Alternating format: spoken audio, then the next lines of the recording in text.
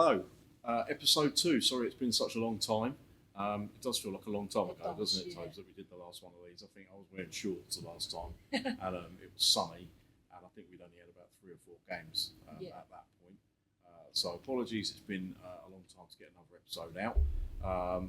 Today we're joined by, introduce yourself, mate. Jordan Clark, Director of Football. Thanks, Jordan. And I've got Toby with me again. So before we get into some of the questions that we've been asked of Jordan and things like that, we just wanted to run over some of the games. So I've got them written down here. Obviously, I think before the last game that we had was Oldham away, which obviously was quite a long time ago. And then since then, we've obviously played Oldham, where we got a 0-0, and probably unlucky that we didn't win. Very unlucky. Won against Halifax, beat Wealdstone here, went to Hartlepool and won, Ebbsfleet away and won as well. Aldershot beat here, and obviously Saturday the defeat against Dagenham and Redbridge. Also the Rochdale defeat here, which was very unlucky, having conceded 2 goals in the last minute. The FA Cup, which we just want to we forget won't about really that talk about that too much. Barnet, obviously the game that we were 2-0 up in, and lost 3-2, which was on the telly. The Kidderminster game here, which was pretty disappointing, but I think Kidderminster probably fully deserved that, probably in a false position in the league. And then the other game that sticks out was Bromley away, wasn't it, recently, where we were unlucky again. And I think after that Bromley game, obviously getting the 3 points here against Aldershot was massive, but unfortunately couldn't back that up. And I think I was thinking about this today, actually. One of the most disappointing things I think that Mark and the management team will be not concerned with, but disappointed with, is the consistency and putting back-to-back results together. But then I guess it's difficult when the lineup is inconsistent all the time, isn't it? You know, somebody said to me on Saturday that was standing near me and asked me how Dan Pipers was getting on. And I said that he's played really well since he's come in. Obviously, he's been a permanent fixture in there, but it's difficult for him because he's lining up with perhaps 2 or 3 players around him that are different every week because of the injuries. So whereas he's been ever present, there's been different people either side of him due to injuries and suspensions and stuff. So like those injuries and them suspensions, like I don't think since Chesterfield we've been able to field our strongest team. I feel, but. You know, it's just the injury luck, isn't it? And that's the most disappointing thing, isn't it? Because it's inconsistent trying to get the best 11 on the pitch at any one time. And I think once everybody is fit and back, there's a squad at the club here that's more than capable of challenging for those playoff places. Definitely. It's just getting them all fit and getting them out on the pitch at the same time, isn't it? A strong team that are in their tracksuits pretty much every Saturday sitting up here in the stand. So we go to Gateshead this weekend. Are you going to go? Definitely. Good, excellent. Yeah, I'm going to go as well. Hopefully by the time this comes out, people will be able to listen to this en route, past some of the time for that I definitely will. long journey. And also Jordan. So thanks for coming on here, Jordan. No problem, gents. Thanks for having me. You're welcome. So what is your day-to-day role here at the football club then, Jordan? So yes, it's changed over the last sort of. I've been here 8 years now. Yeah. So obviously, as the club's progressed, my role's been ever changing. But my original role was to come in and set the academy up. Mm-hmm. So back in 2016, I came in as sort of academy manager, and then obviously at the time when I come in, the club was only really a first team, and we had like a joint under-18s with like Dorking, and we had like a reserve side. But yeah, there was nothing really below that. Like the youth section was in its infancy, if at all, at that stage. And then we had like a few youth teams that were playing. So yeah, so since 2016, it's grown. And then probably in the last sort of 4 or 5 years, I've sort of grown into the director of football role as the club's grown on the pitch on the youth side, and obviously as it's grown on the pitch as a first team club as well. As we've gone through the leagues, we've taken on more teams. We've taken on a bigger sort of focus on our youth development and our club structure. So yeah, it's been ever growing. But yeah, day to day, I look after everything sort of below the first team. Yeah. So from the B team down to the Mini Wanderers, which is where our under threes start. So yeah, everything from that is sort of my remit. So I sort of govern that, oversee that. So yeah, that's in a nutshell what I'd say I do. Yeah. So are you out on the training pitch most of the time, or is it a mixture of doing that? Yeah, well, it's really so the structure of the week is obviously the academy's full time. Yeah. So you've got the education part, which I've got a strong background in, so I look after that, and then we've got obviously the football pathway. So that's the day-to-day with the academy boys, the sort of 16 to 19-year-olds. Yeah. And then obviously then, Jordan, what sort of education is that those lads are getting at that level then? Yeah, so when we started in 2016, it was just a study program. Okay. So it's like a level 3 BTEC. Yeah. And so we did that for about 4 years. Got that to a really sort of established place, and I'm sure we'll come on to sort of where we are with that. But we got that to an established place, and then we've now started to add in other things. So like with Ashcombe, so now partnered with Ashcombe School. So we offer sort of 25 A levels.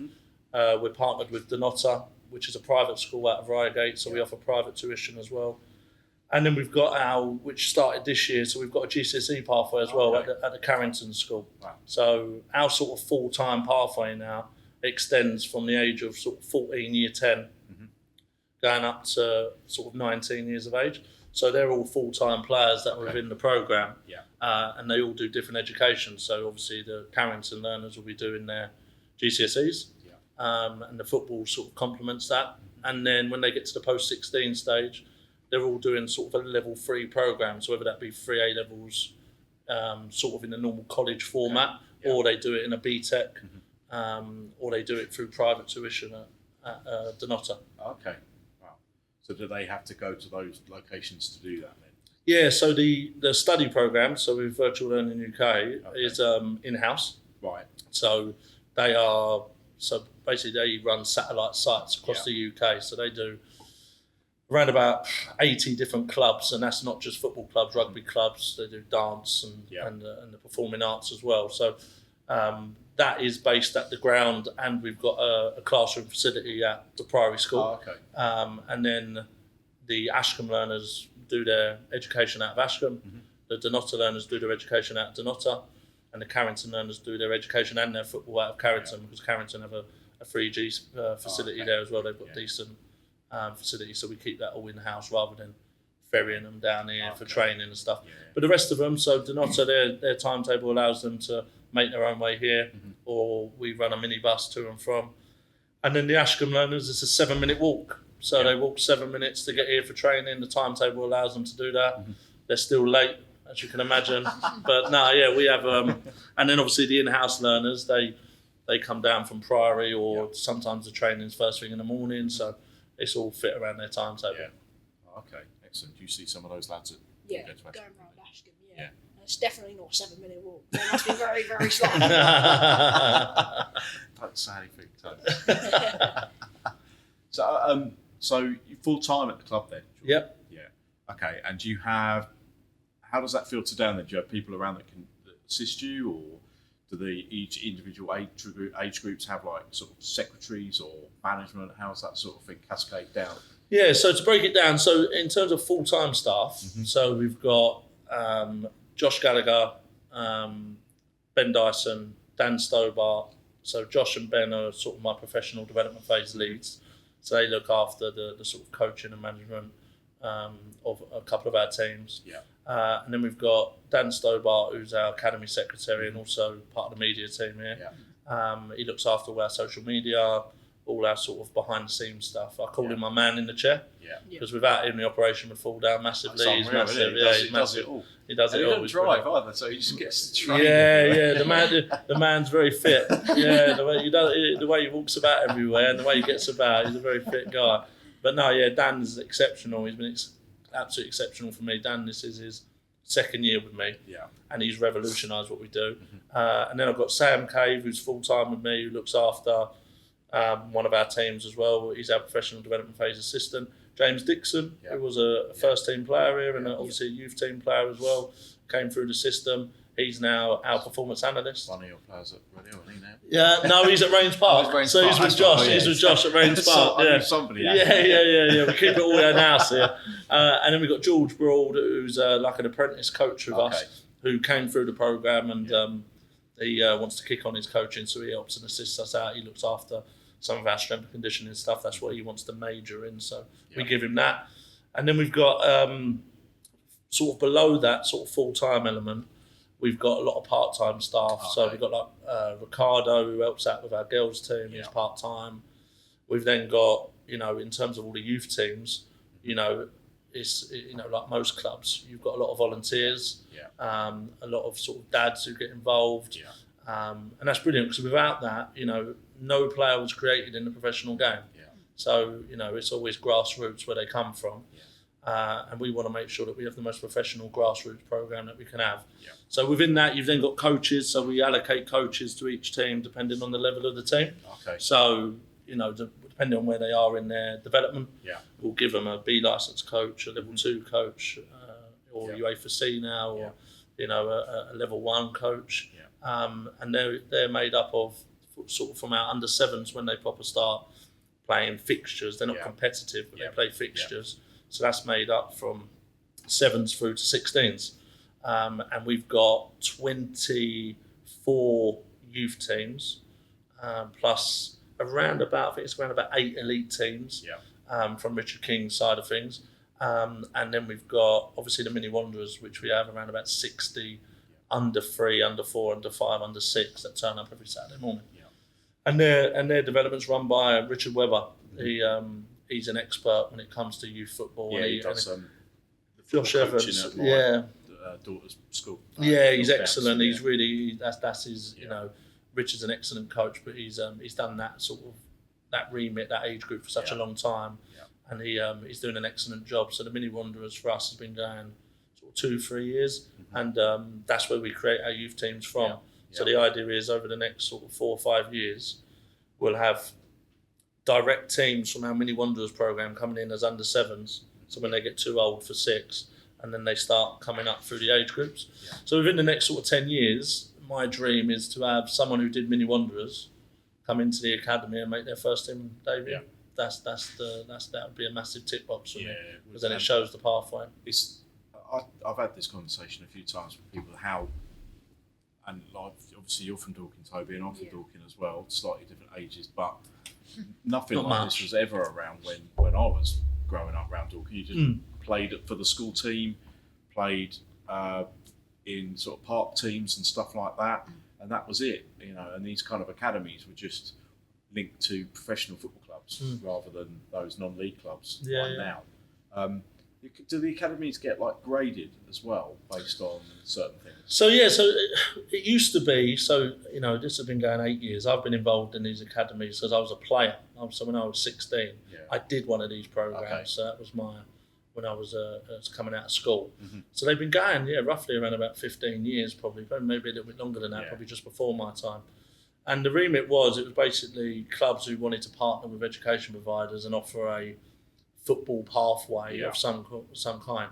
Now, over the last sort of 10, 15 years, the governance of it's got better, both on an education front and on a football front. So like for us, we want to be the best we possibly can. So 2 years ago, we achieved National Academy licence. So we are now a licensed National League Academy. And the reason they're doing these things is because, as you know from the first team level, when we go up, I'm sure it's when for this club. When we go up, the club it's not just about the first team. You need to be in a place to be able to have a Cat-free academy. So the National League Academy licence, we had to jump through a few hoops, and make sure we had the right infrastructure in place. And that's to basically bridge that gap. So from going from a National League club to the Football League, we're already near enough there. So it's not much in it between us and a Cat-free academy. Obviously, there will be some facilities elements, and other clubs will have different training grounds and things like that. But in terms of staffing, like we've got physiotherapists, all these things we had to put in place. We had to put together a football curriculum. So, anyone who thinks the academy is just turning up and playing football in a recreational manner is not the case. It's there's a designated football curriculum, and we based ours around the Dorking Wanderers DNA. Yeah. So we have, not to give too much away to any opposition that watch this, but we have obviously Mark's remit in terms of like player profiles and formations, and Ross. Going to watch that. Ross. Yeah. So Ross is Ross that helped kind us. of part of what you sort of try to embed in these teams? Yeah. So So is it free reign, but not as much as free reign as actually this is how Wanderers are as a club. So this is how we want our younger teams to play, our academy, our B teams playing a similar sort of 100%. So like we have a sort of a philosophy. Yeah. I don't really like using these sort of generic words, but we have sort of a pattern, a shape, an idea of how we want things to be done. Yeah. But ultimately, as Mark knows, and any manager will know, square pegs, round holes, all that type of stuff. But if a team can play in a way that we want, at the younger age groups, obviously where it's 5v5, 7v7, 9v9, it's more about the profiling of the players. Yeah. So it's more about, if they were going to play as a left winger as such, what does that look like? What technique do they need to develop? What are the attributes that we want to work on? When it gets to like the 11v11 game, then we want to try and implement the sort of 3-5-2s, the patterns and shapes that we do. And we sort of outline that, but we give autonomy to the coaches and managers around their players. Okay. Because obviously they'll be at different stages of development. They might not have the players they need to be able to do that.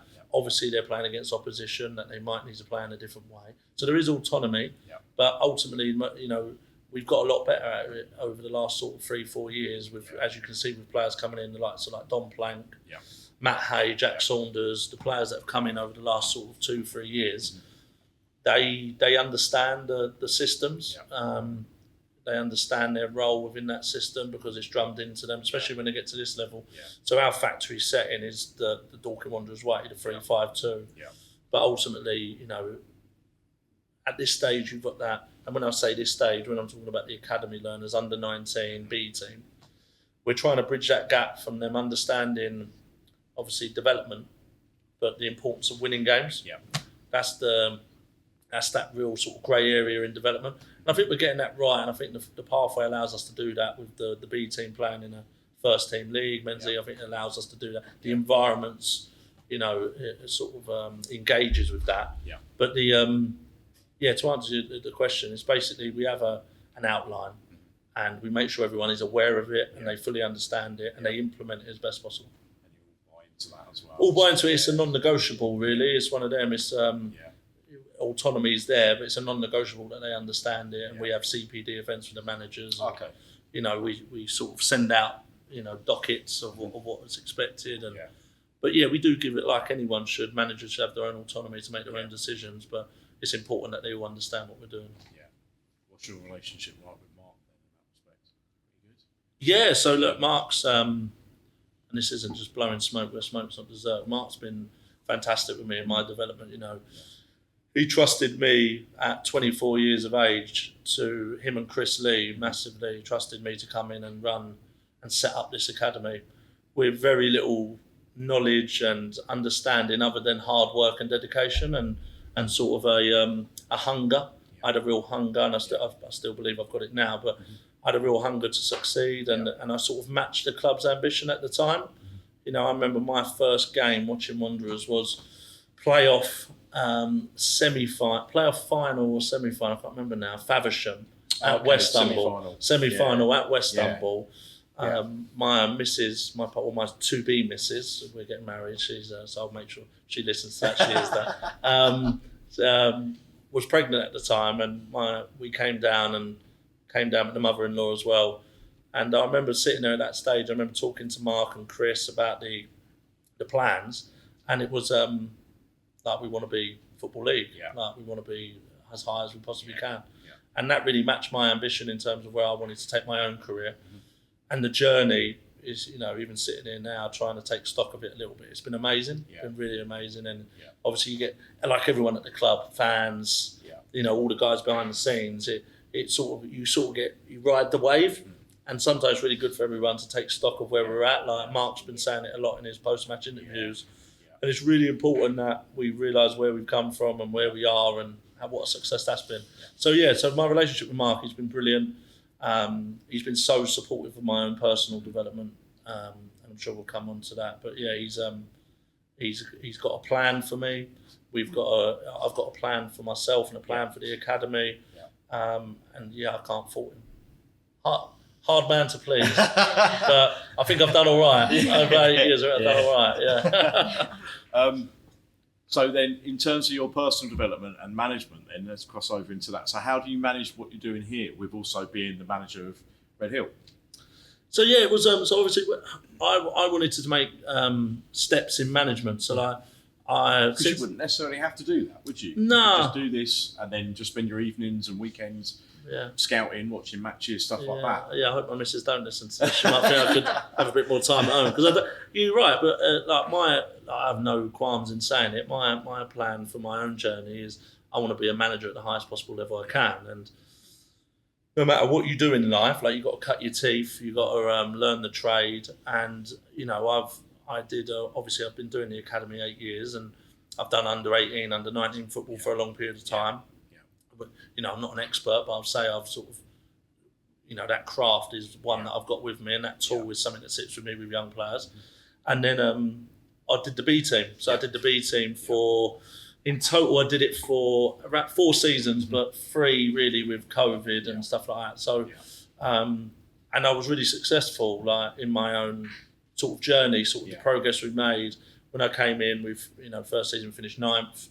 COVID season, we were, in a good position, and then we finished 3rd in my last season with the highest points total that we've ever got, and probably, with a couple of things gone our way, we could have been up there and hopefully won it. But I sort of took a young group of players through sort of the academy and into that, and then it was time for me to look to sort of take my craft somewhere else and look to progress that. And Mark understood my hunger to be a manager. He understood that, and he was really supportive of that. So obviously when I asked him, because I always run things by him, I always get his opinion on things, because to do what he's done, I believe that he won't steer me wrong. So, I went to Allfold first, and he gave me the green light to do that. I'd been out of managing like senior level, like the B team level, for about 6 months. That came up as an opportunity. Really enjoyed that opportunity, and then obviously the Red Hill opportunity came up. Obviously a club with a bit of stature, been a Step 4 club before. So it's really about like, I have no qualms that I'm not going to get to this level without working hard. And I feel like it complements what I do here. It complements it. It gives me an escape as well. I know it's the same thing, I know it's football, but it gives me something to focus on elsewhere, try different things out, sort of try and make myself my own sort of way of working around what I do, work with different people, different players, manage things like a different chairman, manage things like a playing budget, different things like that I wouldn't get exposure to just working in youth football. And also you had obviously the B team had that, they couldn't go up, could they? Yeah, so of course. You've always got that in the back of your head. Yeah, of course, yeah. So winning football matches is obviously your aim, but that at the end of the season your lads are going to can't go anywhere. Totally, yeah. It was, and I'm not saying I completed it, because obviously winning leagues and that means that you've done well, But I felt like it was the right time for me to sort of challenge myself with something different. And then like when the Red Hill thing came up, I rang Mark immediately, and Mark was very supportive. He said, look, go for it, and go and enjoy it, and make the best out of it, and be true to yourself. And he was great with me. So, the Red Hill bit's just part of my own personal development, and I'm learning so much on the job. That is helping me in my day job as well, because it's all football. So it's all helping and supporting. And I guess, obviously, you're in a division where there's a lot of teams with that sort of stature as well, isn't there? Obviously, Saturday you were meant to play Tooting and Mitcham. We've been a non-league team for a lot of, everybody around the South East knows of Tooting and Mitcham, clubs like that. So you've got that kind of, you're playing against those sort of teams now, aren't you, at that level? But obviously tomorrow night, Jordan, you're playing against Dorking Wanderers, aren't you, in the Surrey Senior Cup? So how do you feel going into that then? Because David London did ask that, which I know we've spoken about. So you find that's got a conflict of interest for you with the Surrey Cup game against Dorking?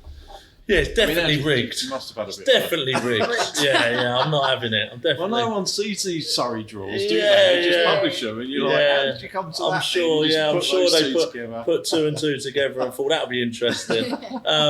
Great, good crowd for a Surrey Cup. Yeah. No, we obviously, like, you know, my job at Red Hill is to win football matches. Yep. My job is to develop players and win football matches. So tomorrow, I'm seeing it as a massive win-win. Like, obviously, if we were playing Mark's team, like the first team, I'd have taken massive pride in that. Like to think of sharing a dugout with Mark, and you know that would have been amazing. Just an experience to do that. But obviously, I totally get it. Like with their current injury situation, and obviously the focus being on league games and stuff like that, I totally get it. So you know, playing the B team tomorrow, it's like I'm going to have two hats on. I'm going to be like a proud dad, watching like I was on Thursday, watching them in the FA Youth Cup.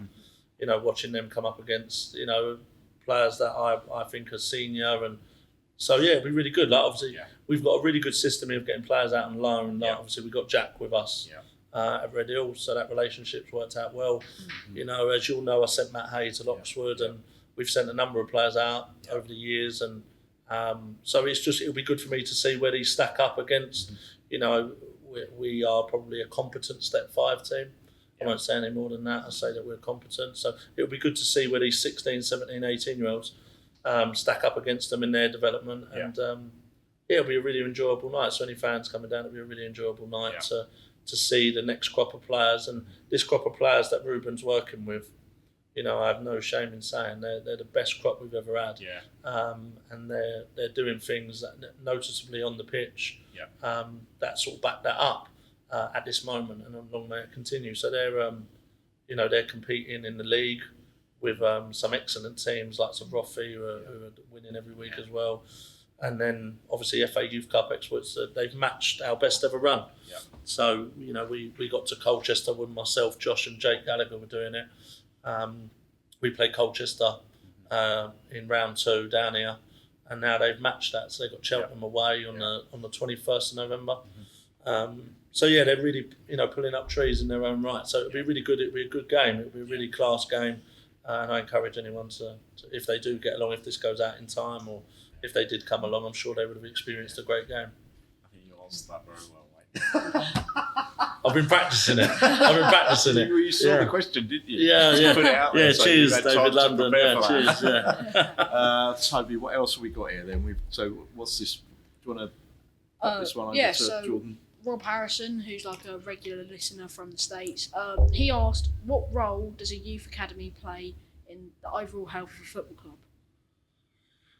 Good question. So what the academy has brought, it's brought, a completely different dynamic to the community. Yeah. So, we're not, as much as obviously we're Dorking Wanderers Football Academy, we're producing people alongside our education providers that are going into industries that don't even, work alongside football. So, we've had people leave us and go on to be lawyers and go on to be different things. So the academy, so the sort of full-time element of it, is there because what I want us to do is create good members of society. Right. And what I love to have is, the fact that Dorking Wanderers have played their part in that. Yeah. So the football side of things is to teach them disciplines that they might not get just from being in college. Yeah. So, the obviously the cliche ones like organisation, timekeeping, communication skills, teamwork. So what the football programme allows them to do is sort of learn these skills in an environment that they subsequently are either good at or enjoy or want to be a part of. So what it brings is, firstly a strand that allows us to impact people in different ways rather than just that sort of match day experience. So impacting the community, so that we do things alongside Ollie Gout with schools, and we do a lot of coaching, and we teach a lot of life skills. So first and foremost, impacting people. Next bit it obviously, the subsidiary benefits to having, I think we've got 350 youth players. If we include the whole academy, I think we're around about 650, 700. Right. So the subsidiary benefits to the football club are, sponsorship. We've had people come in and sponsor us who are part of these youth sections and academy. So there's some financial elements, and then the crowds. It's no shock to me that sort of in conjunction with the progress of the first team, the progress of the academy and the amount of eyes that are on us and the amount of sort of impact that we're having in the community, that those crowds have gone up, well, what's that, 10 times, 20 times, 100 times. 250 people here last week, wasn't there, for the FA Cup game? Yeah, so Thursday night, there was 250 people. That would have been an unreal attendance for Dorking. Yes. Back when I first started, that would have been an unbelievable attendance for the first team. Yeah. So to be getting at an under-18 youth game just shows the So to go back to the question is, I think there's a load of subsidiary benefits to it. The main one is impacting people because the stats are there. One thing we never promise anyone who's at any journey on our pathway is that they were going to become a professional footballer. Yeah. That's something we can never guarantee. Yeah. Obviously, they have that in their hands. They'll get a development structure that will allow them to grow and fulfil their own sort of targets. But the main thing we want to do is impact them so that they become better members of society. They go into industries that allow them to have a future and be progressive. So for me, it's about community. There are subsidiary benefits like financials and obviously the crowds. You come here on a Saturday, like our game was off Saturday. So as always, I'm here if our game's off. And to see, so many young players who, from our youth section, managers, coaches, parents, who are all buying into the club, it's fantastic. Excellent. He also, with the growth of the academy, what have been some of the biggest challenges? God, it's been loads. No, but all good ones. So providing, facilities. Yeah. That's probably one. So just on the youth side of things, the youth used to be a sort of separate entity. Yeah. So the youth club used to be like just like a partner strand to Dorking Wanderers. Yeah. In 2020, myself, Jason Booker, Paul Whitlock, Chris, Mark, decided to bring it all under the same banner. So so that allowed us to sort of streamline our pathway. So it allowed us to streamline our pathway so that we were able to have, a sort of better infrastructure to the sort of academy. What was the question again? So one of the biggest challenges in development and the biggest challenges. Yeah, so like with that, that was my point, is we have, obviously Meadowbank, everyone knows the situation is, Surrey FA, Mole Valley owned, Surrey FA operating, sublease. Yeah. So for us, it's about offering the best possible facilities we can. That's a big one. Yeah, that's a big challenge. And the club are working so hard on trying to sort of rectify that. We've got some great partner facilities like North Downs. We're using the old first team ground, West Humble, using Aviva. Definitely providing facilities. That's a big one. St John's has been an excellent partner of ours in terms of using their 3G facility they've got there. But definitely facilities. Our growth has probably forced us to be we're probably as big as we can get. Okay. Yeah, probably as big as we can get. Yeah. Obviously, we've only got the academy can only use the pitch at certain times. Yeah. There's only one of them, so we're at 124 learners at the minute. We're having 3 training sessions a day.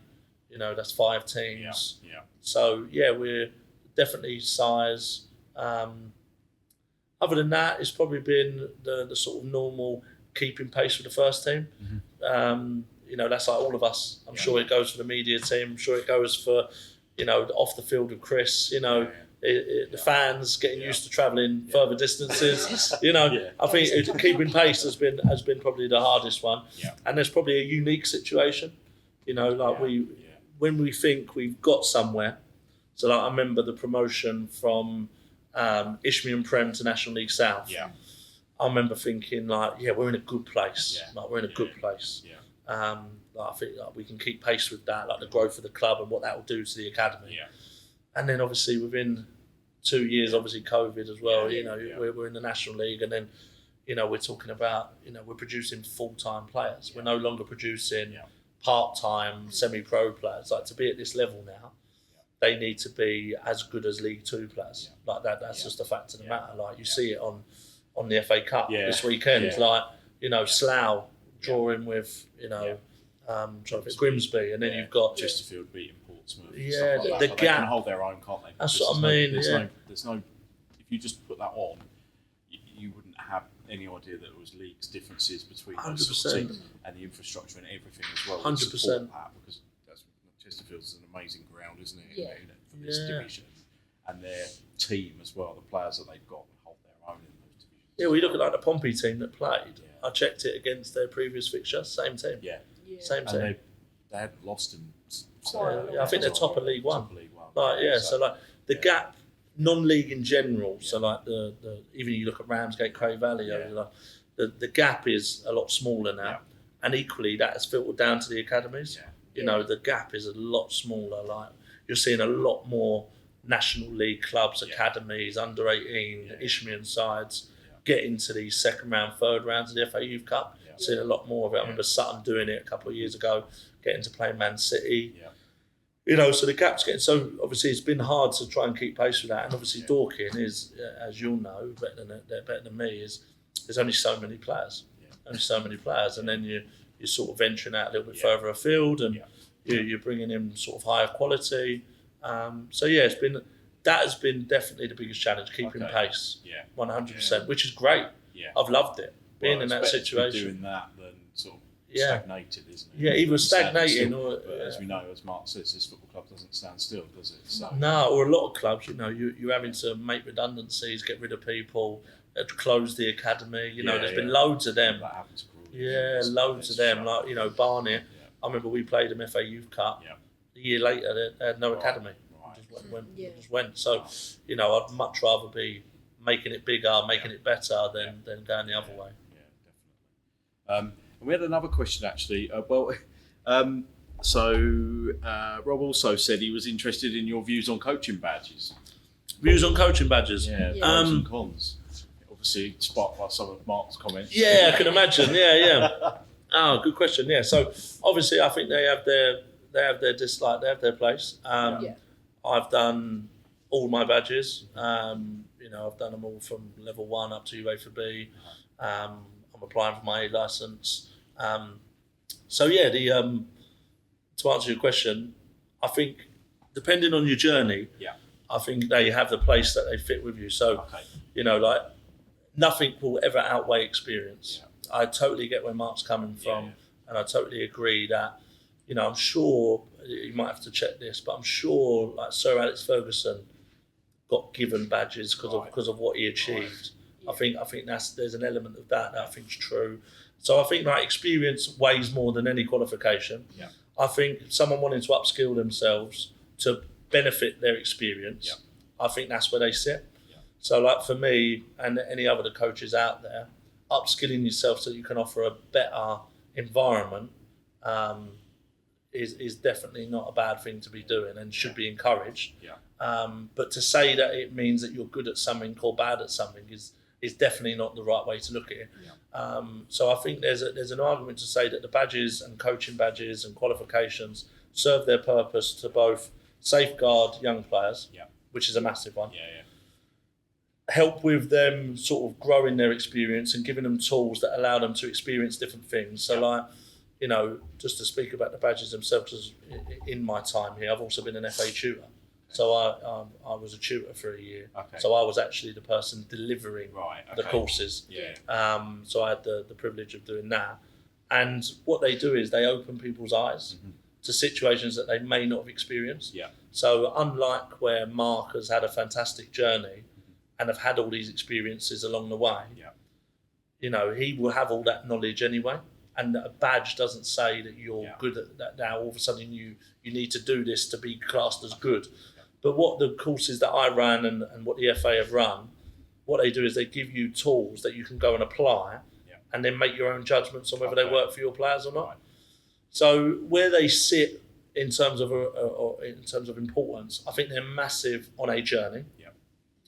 Doesn't mean that they mean that you're good or bad, because I know some UEFA A coaches who are excellent and others that I wouldn't let my players work with. Like, that's just the way it is. And then I know some level 1 coaches that 100% could manage at my level, you know, or above that. So it's more so where you are on your journey. I think you should do them to enhance the tools that you have to allow you to have a better experience.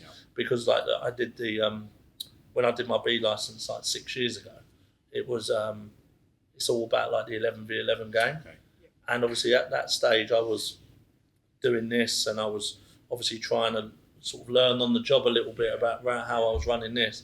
And it gave me loads of food for thought. Mm-hmm. Some I apply still to this day, some that I don't think is relevant. Okay. And that is where they are. Yeah. That is where they are. And they just give you a framework that you can decide how you want to work with it. Yeah. So, yeah, to answer your question, and probably more directly to answer Mark's comments from my side of things, but I'm sure that's where that's come from, is they definitely have a place. Yeah. And Mark agrees with that, people wanting to upskill themselves. But to his situation is he has done more than enough and have more experience for someone to suggest that you require that to be at this level is probably the wrong stance, I would agree with. But they have their place in terms of, like, if someone hasn't got that experience, they definitely should do them. Excellent. And lastly, from Ian Murray, who is a regular listener to the podcast, always comments and sends stuff in. What would be personal progress for you, Jordan, as director of football? Is it how would the club sort of judge the role that you play? As you said about your dream would obviously be somebody that goes through Mini Wanderers and then goes through the academy and goes into the first team. How would a club judge your sort of impact and sort of legacy at a club? Yeah, so great question. So like day to day, year to year, the sort of KPIs as such, the key performance indicators are, obviously education is at the forefront of everything we do. So we've got a fantastic education record. So, 86% of our learners, and we've educated over 250 of them over the last sort of 8 years that have gone on, that have left us, have achieved above their ALPS target. Okay. So that's like their target grade or above. Which is a fantastic stat, which sits in the sort of top bracket of Virtual Learning UK. The legacy is obviously how we've, produced players. So, over the years, we've had some great players, like some who's still with us now, Ollie Allen, Cam Black, obviously Jack Saunders, most recently Matt Hay, James Dixon was one of them, George Membralera, all players that have come for us. And obviously most recent and probably the biggest success was obviously Don Plank.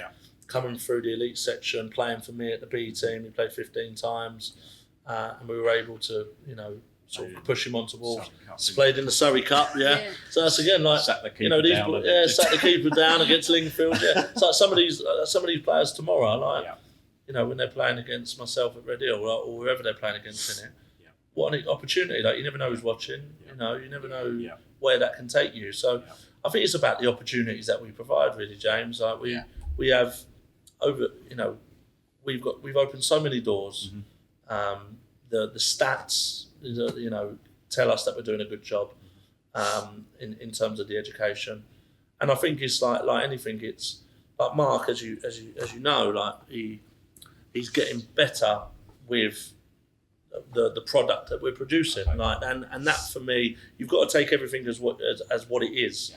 The club's progress hasn't been cohesive to us playing young players or giving players experience. That's where it sits, right? We've one promotion every 2 years. You know what I mean? Like, how hard is that to give someone an opportunity when you don't really know their level yourself?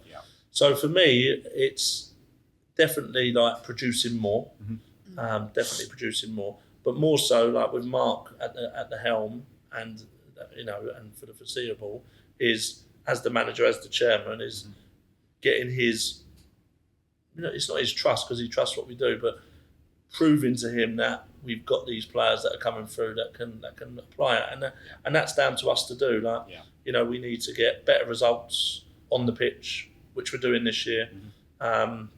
We need to, with them going sort of full-time, part-time, that's allowing him to have more, and Ross allow more contact time with those players. So I think it will be the next couple of years as we sort of migrate over to full-time. I think we'll start seeing some players coming through. But to judge my legacy, I think my legacy would be, the growth that I've had in the academy, the results I've achieved, educationally, and just the amount of impact that I've had on so many different people. And, I'd like to think it's all positive, but we've definitely made a few hiccups on the way. But that's all been part of the journey. So it's about, I think, overall, it's been a massive positive impact. And I think, I'd say just to own it, I'm proud of what I've achieved and what the club and the academy have achieved. And there's only new heights to be achieved. Yeah. So that's where I see it. Yeah. Excellent. Any other questions, Tobes? No, that's it from me. On that, say thanks. Thanks for coming in, Jordan. No worries. Thanks a lot, Appreciate mate. it, mate. Thanks a lot, mate. Yeah. Top man. Absolutely. Thanks for having me. In good hands. That's it for now. And hopefully you won't have to wait too long for another episode. But we'll see everybody again soon.